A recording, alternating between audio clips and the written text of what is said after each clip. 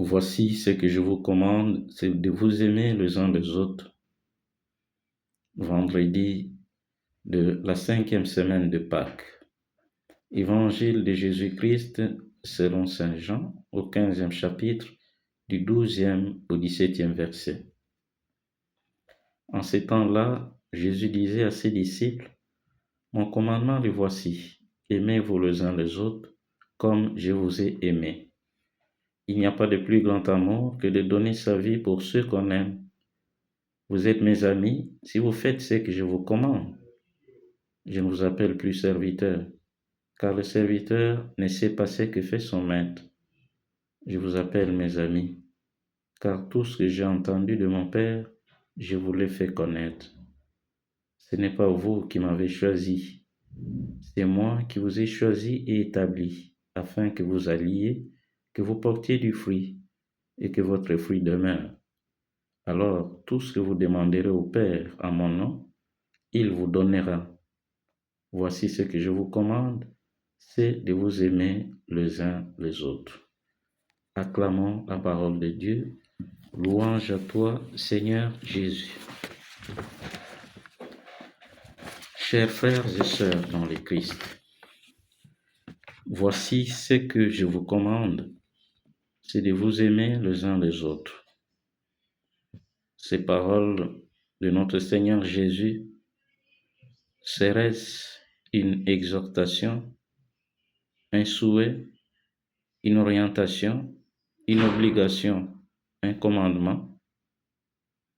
Et pourquoi nous aimer les uns les autres comme lui nous a aimés?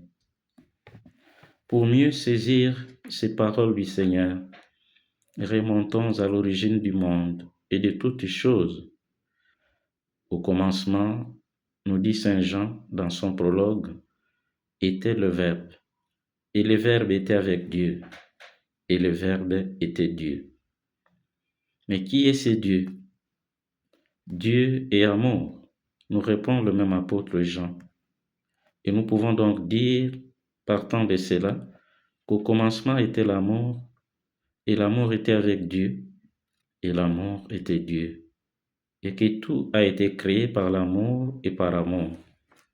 De ce fait, nous demander de nous aimer les uns les autres n'est rien d'autre que nous rappeler d'être constamment ce que nous sommes, fruits de l'amour de Dieu. Demeurer dans cette communion d'amour, connecté à la source de l'amour, qui est le Dieu amour, et devenir la courroie de transmission de ce même amour les uns pour les autres, vivre le vrai et du vrai amour divin, en aimant comme Jésus nous a aimés et nous aime. Mais qu'est-ce qu'aimer comme Jésus? Sinon aimer Dieu de tout notre cœur, de toute notre intelligence et de toutes nos forces, de sorte que même au cœur des dures épreuves, rien ne soit à mesure de nous séparer de lui, de cet amour dont il nous aime en son Fils Jésus. Un amour sans frontières, sans feinte, sans discrimination.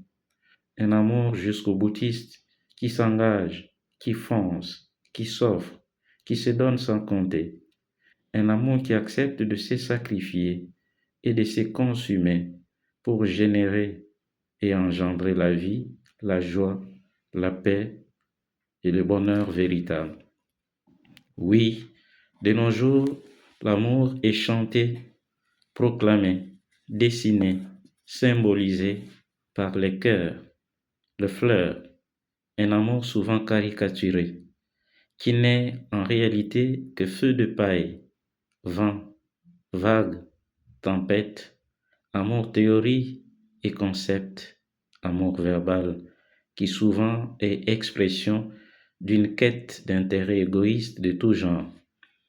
Ce type d'amour n'est pas celui que Jésus nous commande et nous recommande aujourd'hui. Pour sortir de cette école d'amour fantaisiste et ainsi nous inscrire à l'école de l'amour vrai, celui divin, auquel il nous faut nous abreuver continuellement, demandons à Jésus la grâce qui nous transfigure, nous donne un cœur nouveau et un esprit nouveau. Seigneur, que ton amour soit sur nous et en nous toujours, comme notre espoir est en toi. Amen.